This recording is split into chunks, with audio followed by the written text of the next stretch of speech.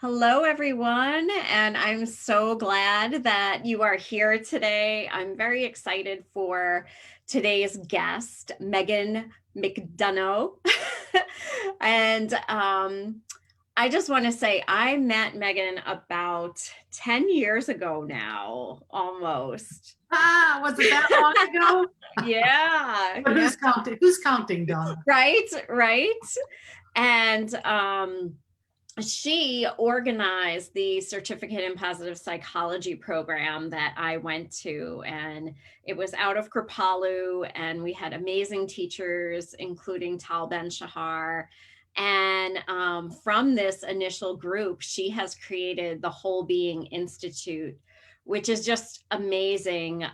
It's international now and teaching adults really how to live full out, body, mind, and spirit. And so welcome, Megan.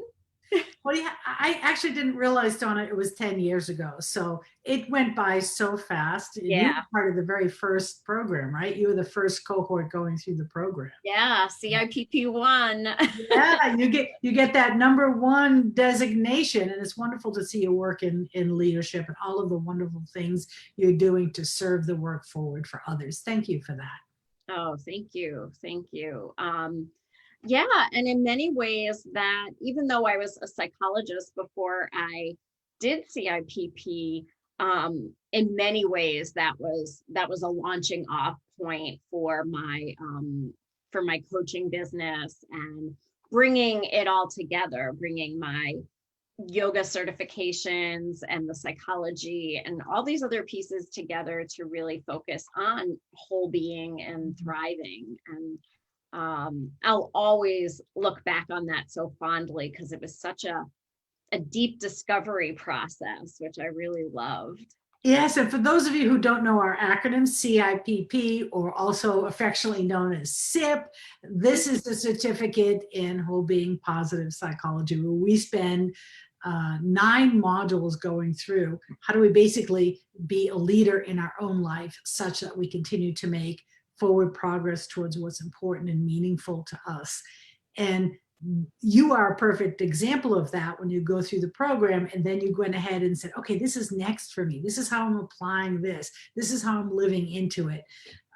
So it becomes a process and a journey versus let's get this done.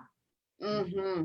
Oh yeah. Oh yeah. Especially, I mean, all the exercises along the way that really make you apply what you're learning to yourself and your own life, and the small groups to really process together. It's really a life-changing program, and so many people come out of it just wanting to share that with others, which is really beautiful. Yeah. Great. I'm glad to hear that. Yeah, absolutely. One of my best decisions. Yay. For sure. Yeah. Yeah. Megan, I want to know if you can tell us, like thinking back in your life, and maybe it's childhood or maybe it's young adulthood, when you look back now, do you have an early memory of like when you were really starting to step into your leadership? So, that's an interesting question because I think what it presupposes is that we have a certain definition of what leadership is. And that's when I stepped into it. I think the mental model for leadership is usually about directing others or leading a group or leading other people. For me, the essence of leadership, yes, it involves leading a team, leading others, but it also means that one becomes a leader in making decisions in your own life about the choices that you're making, how you're going forward with life, how you're self-regulating your emotions. Because if as a leader you're trying to lead others and you are emotionally dangerous to others, either with your impatience or anger, it becomes a negative downward spiral. So your question, when did I first, I don't think I ever consciously put that name on myself when I was younger, but I do vividly remember that one of the things I often did, much to my parents' chagrin, were very dangerous things. Like my mother tells a story of when we went to an amusement park and my older brother and sister went down a huge slide, and she told me, you're not quite old enough for that yet. And probably they had one of those measuring sticks that said to you, oh, you have to be certain height, you know. Yeah. Well, next thing she knows, she turns around and I went off and I went running to get the burlap bag to rock myself to the top of that slide to go down that slide.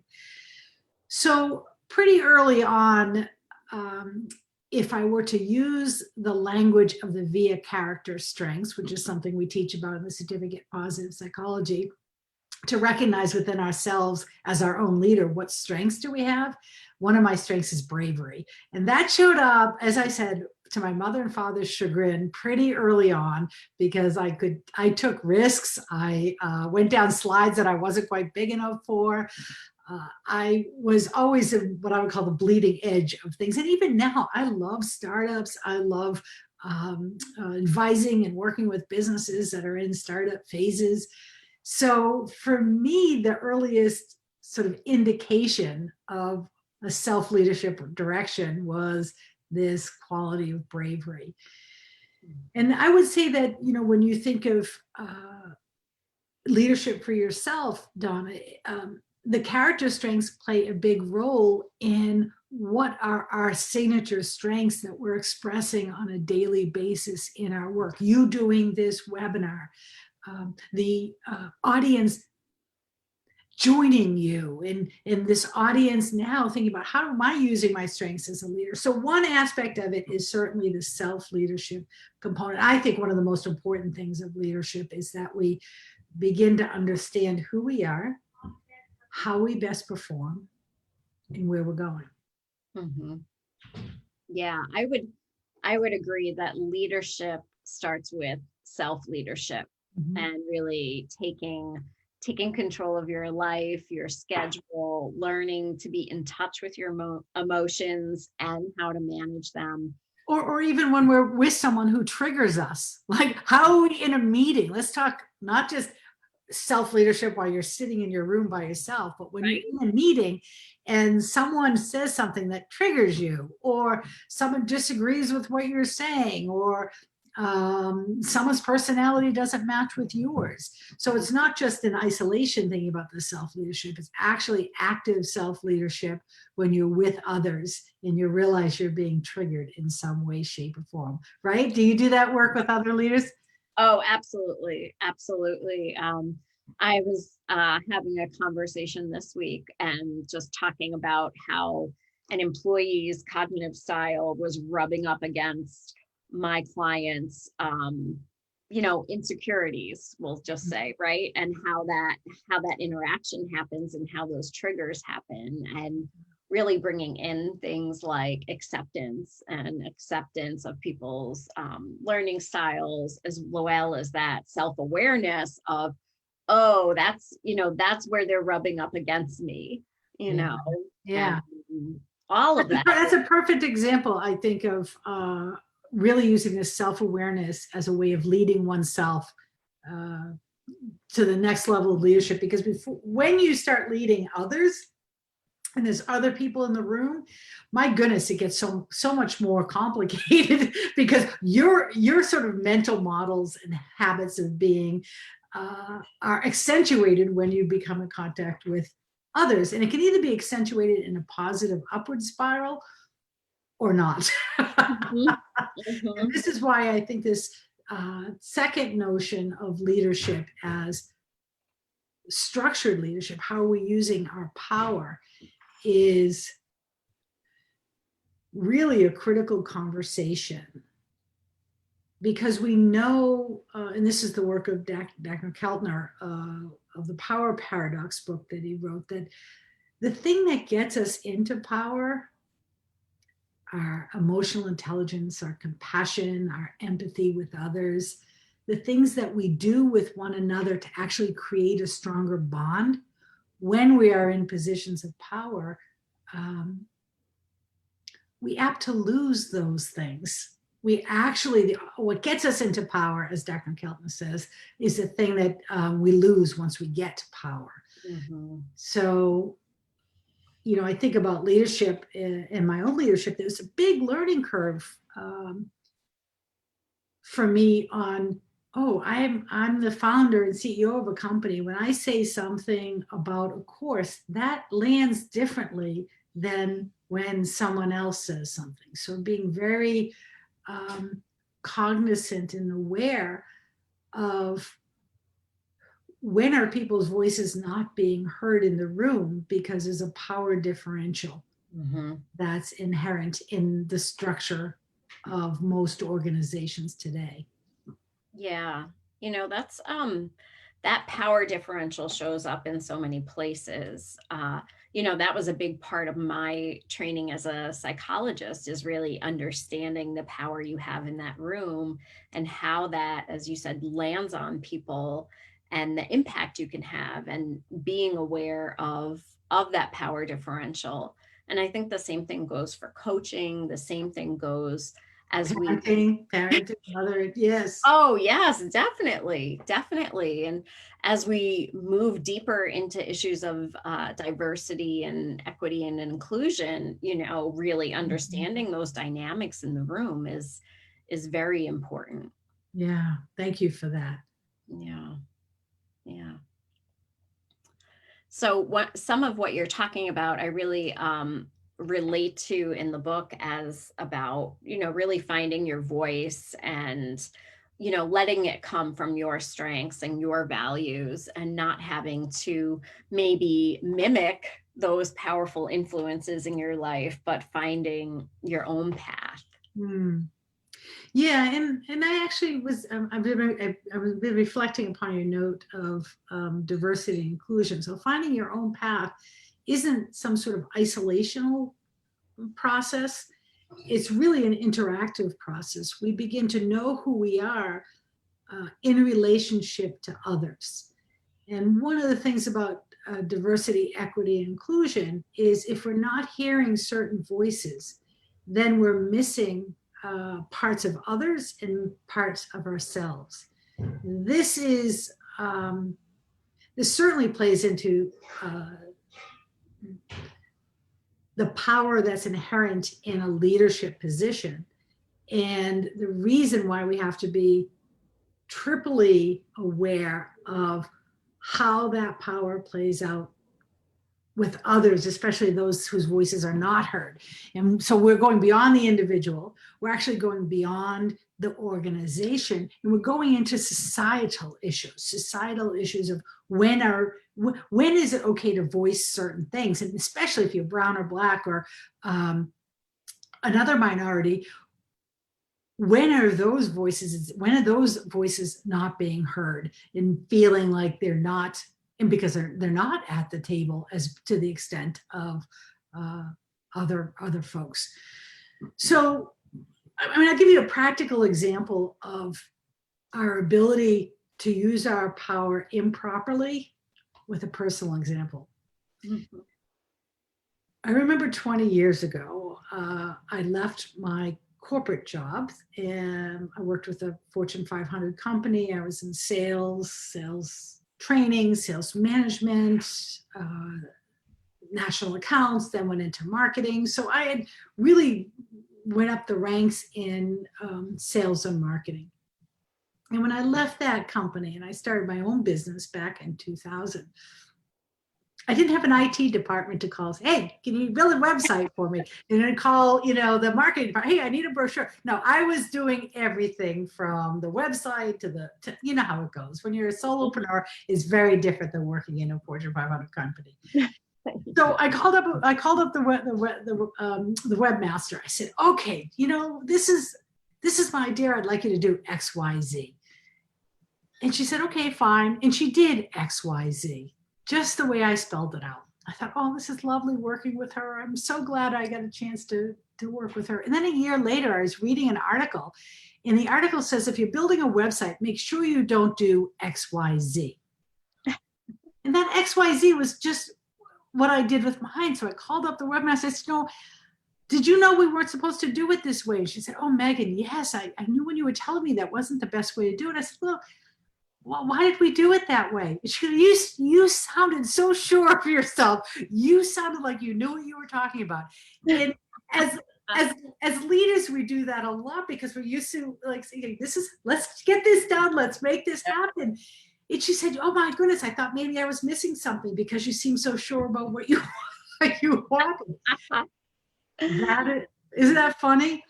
Yeah. That is a perfect example of using our power as a leader inappropriately. Mm-hmm. I was the solopreneur. I knew what I wanted to have do this. It would have been better to do what I call shared leadership, where you say to this other person, and this could be someone that you're hiring out, or it could be someone in your own team, where you say, I need to build a website. And I was thinking that we should do X, Y, Z. What do you think? She would have said, I would not do X, Y, Z. And here's why. Yeah. So often as leaders, we come across as this is because we are very goal oriented. Most people who are leading organizations or teams, this directive approach is what we're used to seeing. It's very sort of I'm not saying it's right. I'm just saying that like we see that a lot, right? Here's how to do it. Yeah. The executives that I work with, sometimes I have to say, slow down a minute. Remember why you hired me. Mm-hmm. And what my expertise is, and let me tell you why I would go in this direction instead. Yeah. Using you as a coach is such a valuable and priceless way of helping the leaders see their own blind spots. Wait a minute. Like if that webmaster is saying, wait a minute, Megan, I know you're excited about this and I hear you want to move forward. Here's another way to think about that. And here's why. Mm-hmm. I would have been like, whoa, yeah, let's do that. Yeah. So there's, and this is actually interesting, Donna, because what I heard you do in that coaching circumstance is really step into your own power as a leader. Say, well, wait a minute, here's why you hired me and here's what I noticed. So you were being a leader in that moment for the relationship, because so often when people are hired by an executive, they're running the show. No, they hired you for a particular reason. So you stepped into your leadership to say, no, this is another way to think about it. Yeah. And what a great story. Executives and leaders have strong personalities, right? That's what got them there. And they're often very decisive and want to move forward, right? They really love that kinetic feeling of moving. And sometimes it's the opposite, right? I mean, you know this, it's about that slowing down and reflecting and taking in all of that other information from other places and other perspectives. Yeah, which is why they're lucky to have you, Donna, because on both fronts, on the constant action, it's really difficult to be a leader who is in that constant action activity unless they have someone like you to say, whoa, wait a minute. Do we need to move that fast? Is there another way of looking at it? Mm-hmm. And to also give those other leaders who feel they don't have a way to give voice to the power in a way that's acceptable by the group. So those two things are so helpful, and why coaching in your role is so necessary and valuable to the people who get the gift of your skills. Well, thank you. Thank you. I feel like I should mention here that Megan has also written 4 books on mindfulness, and she has had this experience, I think, of that, high pressure corporate job to being an entrepreneur. And also, you've been a yoga teacher for 25 years, and we have kind of similar backgrounds, right? Of this intense and science and producing, and then learning that balance. And I think that's what, can you tell us a little bit about that journey for you? Yeah. Oh, that's such an interesting question. Thank you for asking. It gives me a moment to actually reflect on what is that. I don't so much see it as a dichotomy. I see it as, can we be mindful when we're going full speed? Can we be mindful when it's time to stop going so fast. And that's probably my biggest, that transition between going really fast and slowing down is mentally, sometimes my brain doesn't catch up with what I know my body needs at a given time. Mm-hmm. At the end of the day, when we're studying positive psychology and all of these interventions, most times people are attracted to one or more tools that are actually speak to them most deeply. And for me, that's mindfulness. That's why I keep writing about it. That's why it's the core of my practice. That's why I keep coming back to it, because in order to execute a choice point in your day as a leader, before you can choose, you have to see it. Like if you don't see it, then you literally don't have a choice. And so mindfulness for me is at the heart of any meaningful change, any self-leadership or organizational leadership, because without that, you're just taking action upon action upon action upon action. And this sense of reflection, of a pause point, absolutely critical. And a lot of times people equate mindfulness with meditation, which certainly you can have a mindful meditation practice, but it's not the exclusive domain of meditators. So for those of you listening right here and right now, can you notice what's happening in the top of your skull, the tips of your toes? Can you feel the muscles of your legs? Can you notice the breath coming in and out? What is the emotional temperature of you at this moment? How is your energy level? Like all of these questions that I'm prompting are using your attention in a certain way. And I really love Bishop's definition of mindfulness as the self-regulation of attention with an attitude of curiosity, openness, and acceptance. As leaders, whether we're a leader of one in our own life or a leader of a multinational conglomerate,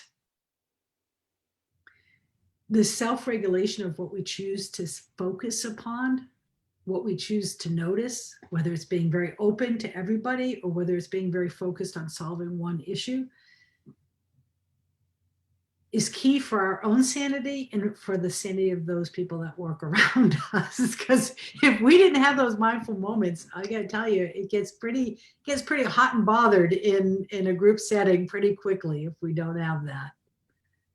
Yeah. Even if we are mindful, when we do have those hot moments, we can come back more quickly. Like in other words, I remember one of the certificate in positive psychology programs, there was a staffing issue that people were rubbing up against one another. And we resolved it. And the person later came back to me and said, you know, what I love so much about the interventions and working this way is that when disagreements do happen, we get over it quicker. So it's not like you become the perfect leader, but when you become mindful, when you do have those missteps in behaving in ways that you aren't towards your highest and best, and maybe not most constructive, that you can readjust more quickly. And again, working with a coach like yourself, you can help them get back on track more quickly towards what it is that they state is important for them to move towards. Mm-hmm. Absolutely. Absolutely. And, you know, in a coaching relationship, we had a little bit of a rupture, right? There was something that didn't feel good to one of my coaching clients. And those things happen. Like everything that happens in your outside world gets to happen too in the coaching relationship. And it was such an opportunity for both of us to learn how to mend a relationship that's really important to both of us, and learn how to have that self-awareness of, you know, and unfortunately the communication had happened electronically, right? So it not when we resolved it, but electronic communication is not best. We can't hear tone of voice, and Mm. we don't know where the other person is coming from. But having those experiences, in psychology, we call them corrective experiences. That's what really helps us grow and turn the corner and learn how to have those difficult conversations, because often what makes that linger is the resistance to addressing it, the resentment that builds up. And when you have positive psychology tools like appreciative inquiry and being able to use a skill set like curiosity, which I love, when you bring those to the table, you're able to just to handle it in a much more compassionate way, and as you said, resolve it quicker. Yeah. Yeah. Yeah. Oh, I love that. You're so right, Donna. And it's funny. I just got off a webinar before this one, and it was for the next cohort of the certificate in positive psychology. So I end one day and I begin the next day. And one of the things I had them do in this webinar was to think about the different selves that they inhabit, and to think back in a time when they were at their best. It could be a best self story. And I broke them out into groups, and then we came back and I debriefed. I said, what was it like sharing your best self story? And she said, I was surprised that I picked my best self story came about when I had one of my most difficult times, when my mom was ill and dying, and I was there as her caregiver, and I was able to pull on resources and strengths that I didn't know I had. Many times, whether it's in relationships, whether it's in leadership, whether it's in family life, overcoming those obstacles and pulling and developing your strengths towards a resolution actually builds us stronger and more resilient for the next time. Because life is never a straight line. No matter how many skills you learn, it's never like, oh, it's a constant uphill battle. No, it's life can be difficult. Life can be compelling. Life can be boring. Life can be exciting. So all of these sort of human experiences live within our organizations. They live within us as leaders. They certainly live within us as human species. The question is not how do we overcome that, or make it so we never have disagreements, or make it so everything is sipping pina coladas by poolside. We would be bored stiff and we wouldn't really grow. So these are these real life situations or questions. How do we use these to shape ourselves and shape the relationship towards our values and what we would like to see in ourselves and in others? Mm-hmm. Mm-hmm. I love, Megan, that you're talking about, it doesn't look perfect, and it doesn't mean that you'll never struggle again or experience adversity. I remember when our cohort was going through the program, sometimes people would feel like, well, I should be feeling like positive all the time, right? I have all these skills now, like I should never have an unhappy moment or feel depressed. And I used to love Tal Ben-Shahar's answer to that, well, if you did, you'd either be a psychopath or you'd be dead. Yes. Yes. Right? Like that's not the goal here.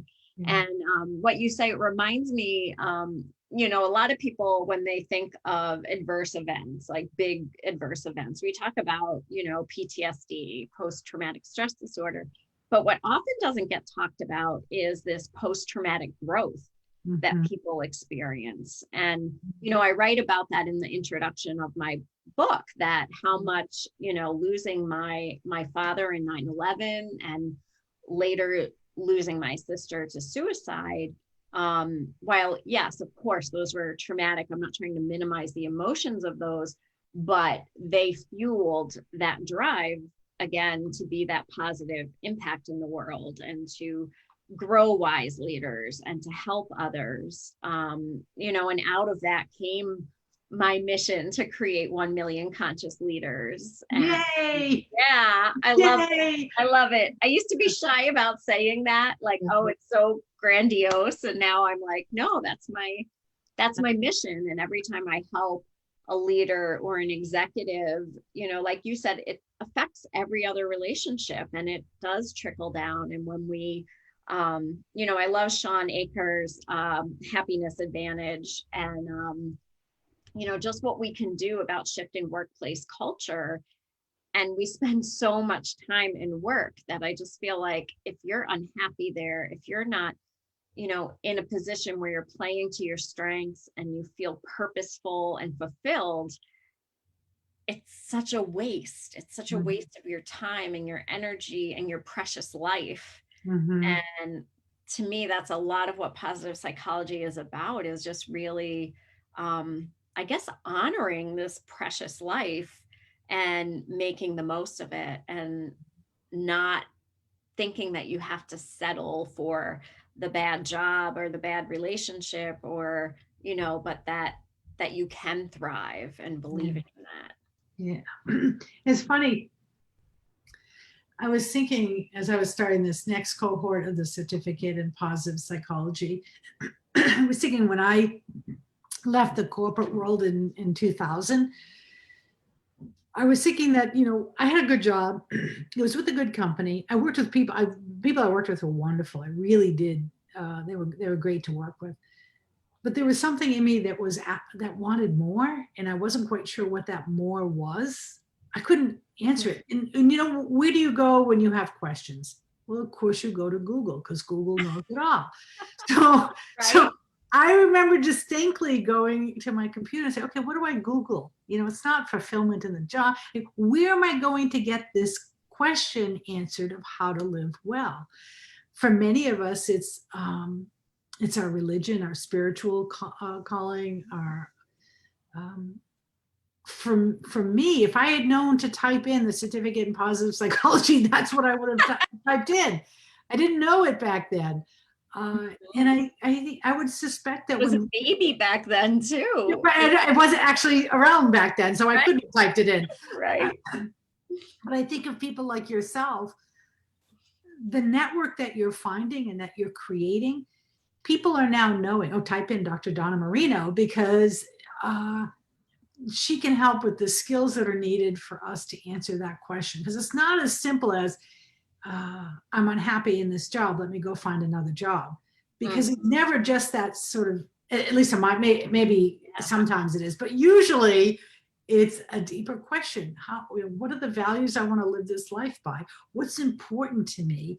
What do I find meaningful? What brings me pleasure? What are my strengths? So that's why the whole coaching infrastructure that you have around executive coaching is, it's not just about behavior, it's also the deeper notion of who am I as a leader, and who am I, where am I going, and how am I going to get there? And sometimes Google is good for typing in some questions, and sometimes it's better to talk to a coach. Right.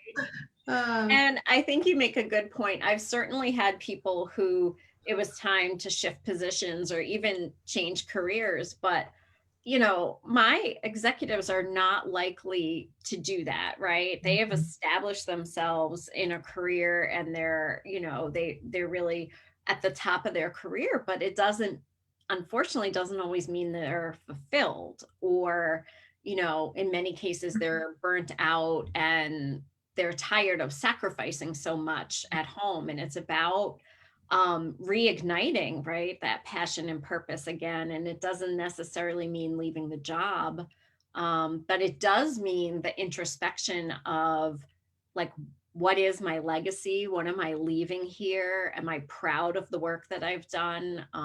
What tweaks do I need to make to feel really fulfilled where I'm at?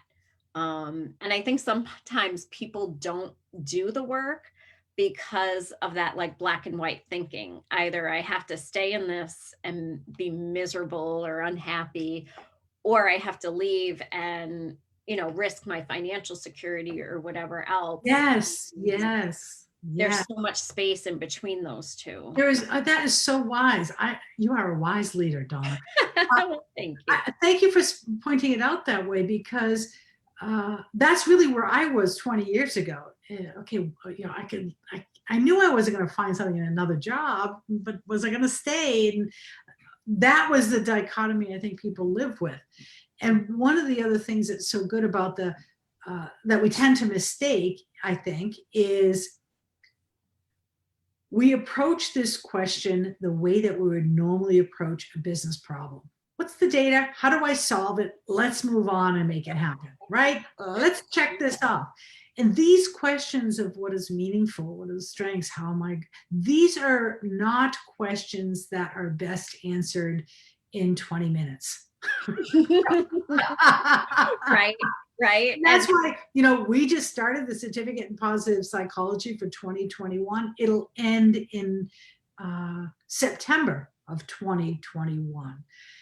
Because probably just like when you're coaching, you say, I'm not going to just coach you once. It's not going to be a one coaching session, because this isn't the type of direction setting work that is like going grocery shopping. Yeah. That in fact, we have to have a trajectory with our coaching, or in the case of the certificate in positive psychology, with the arc of the experience, such that you can learn it, you can practice living it, and then you can make some deliberate and conscious choices about crafting that going forward. So yes. Yeah. I mean, most of my clients work with me for 6 months and sometimes longer, but the 6 months I think is so crucial if you want long-term change. It's just not a flash in the pan. And, there's a lot of, and I'm not picking on anyone else's program, but there are lots of ways to get short-term success, right? And to learn a skill, but like you said, to go through that journey, that arc where you learn it, you apply it, you go, wait, this didn't work like I thought it would. Or there's a different skill I like better. But going through that experience and that journey, that's what makes the change really stick. Well, yes, because you're not coaching for how to do a presentation. You're not coaching for how to do time management in your meetings.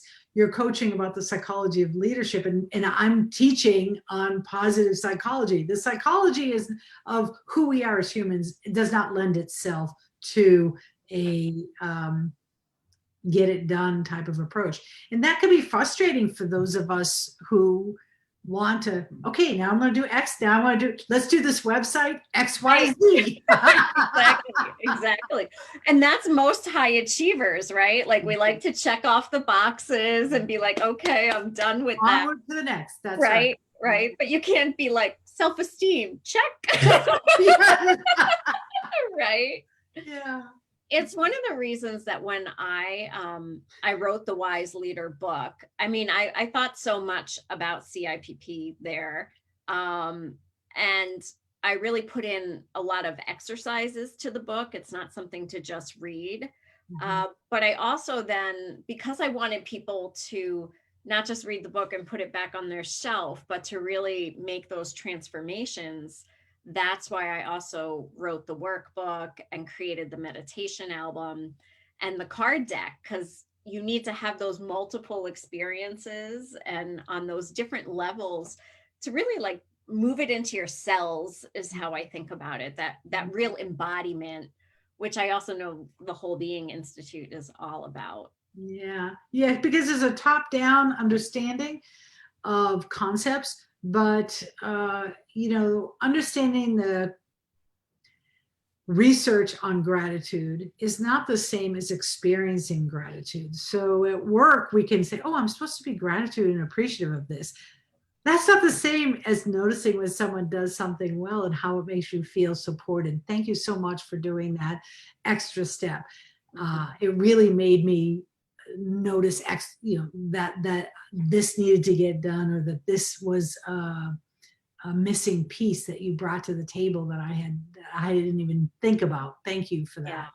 So when we name it for others and we experience it ourselves, we're not doing it because it's a recipe. We're doing it because it's an embodied state that we practice. And at first it might seem a little forced because we're trying to build new awarenesses and new attention, to build neural pathways in a new way. So at first it might feel forced, but then there's also comes a point where we say, ah, yes, I really do recognize that gratitude. I do recognize that appreciation. Mm-hmm. It's a lived experience. It's an embodied, Yeah. I call it embodied positive psychology. Let's not live it just as a concept from the head down, but let's embody it from the system up. So how we move, how we act during the day also informs how we think and feel. Absolutely. Absolutely. And I think that's, that's why with my clients, I work on, healing their nervous system and rewiring the brain and laying that foundation so you can change the behavior. Because if you don't lay that foundation, that's the Band-Aid, right? And then eventually you'll go back to what you've always done because you haven't shifted the beliefs or created a body. Well, become like a volcano where you keep trying to push things down. Right. And I'm relaxed, I'm really relaxed. No, I'm not. Right. Right. Well, I want to honor your time, Megan, but I do want to pull one of the affirmation cards while you're here. I'd love to have an That affirmation would be card. fun. And so I'm going to spread them out here. And I think it's this one today. It's I share my why with my tribe. I share my why with my tribe. Really getting into that purpose and sharing it with the people that love you, that support you, and are going to cheer you on. So when I first started saying 1 million conscious leaders, it was a small voice to a few people. And as people went, wow, that's amazing, I love that, I was able to expand that. And so that's what that card meant to me when I wrote it. Yeah, well, thank you. That's a great card. I'm going to live with that intention today. Share my why with the tribe. Thank you for your time, Donna. It's been an absolute pleasure to chat with you again. Thank you for being here. Thank you for really all you've done, even though it's been a while since we've spoken, just all you've done to really have such a long-term impact on my life. So I appreciate that. And I want to invite everyone to come back next week for my interview with Irina Shulman, who is a leadership professor and has written a book, From Siberia to St. Charles. She is originally from Siberia, and we're going to hear about that journey. So thank you, everyone. I will post information about the Wholebeing Institute in the comments so you can find out more. And thanks, everyone, for joining. Bye-bye. Thanks, Donna. Appreciate it.